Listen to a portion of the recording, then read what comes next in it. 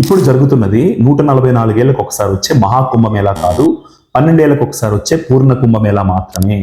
మహాకుంభమేళా 2013లో అయిపోయింది. ఇది చూడండి, ప్రయాగ్రాజ్ మేళా యాక్ట్ అని చెప్పి 2017లో యూపీ ప్రభుత్వం ఒక చట్టం తెచ్చి మరి ఇక మీదట అర్ధ కుంభమేళా 6 ఏళ్లకు ఒకసారి వచ్చేదాన్నేమో కుంభమేళా అని, 12 ఏళ్లకు ఒకసారి వచ్చే పూర్ణ కుంభమేళా అని, అంటే ఇప్పుడు జరుగుతున్న పూర్ణ కుంభమేళాని ఇక మీదట మహాకుంభమేళా అని ప్రచారం చేస్తామని పేర్లు మారుస్తున్నట్టు ఒక చట్టం తెచ్చారండి. అంటే ఇది ఎలా ఉందంటే, ఇంటర్ చదివిన వాళ్ళనేమో గ్రాడ్యుయేట్ అని పిలుస్తాం, డిగ్రీ చదివిన వాళ్ళని పోస్ట్ గ్రాడ్యుయేట్ అని పిలుస్తాం అని చెప్పి చట్టం తెచ్చినట్టు. ఇప్పుడు రష్యాలో ఎంబీబీఎస్ చదివితే ఎంబీబీఎస్ డిగ్రీ అని ఇవ్వరు, ఎండి అని ఇచ్చేస్తారు. పోస్ట్ గ్రాడ్యుయేషన్ చేయకుండానే డైరెక్ట్ గా ఇచ్చేస్తారు ఎండి డిగ్రీ. అలా ఉంది వీళ్ళ పని.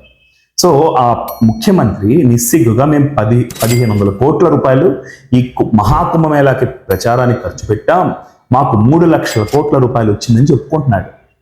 సో అసలు రైల్వేస్ ఏమో ఎక్స్ట్రా ఛార్జ్ వసూలు చేస్తున్నాయి స్పెషల్ ట్రైన్స్ మీద. ఇదేంటండి? అంటే ప్రభుత్వాలు ఏం చేయాలి?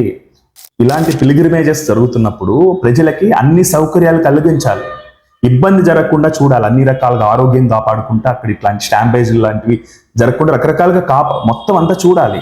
అది లేకుండా ప్రచారం చేయటం, అది కూడా తప్పుడు ప్రచారం చేయటం, ఆ తర్వాత అక్కడికి వచ్చిన వాళ్ళకేమో ఫెసిలిటీస్ కల్పించలేకుండా అంతమంది జనాలు వచ్చేయటం, వీళ్ళు చేతులు ఎత్తేయటం, ఆబ్వియస్గా అంతమంది జనం వచ్చినప్పుడు.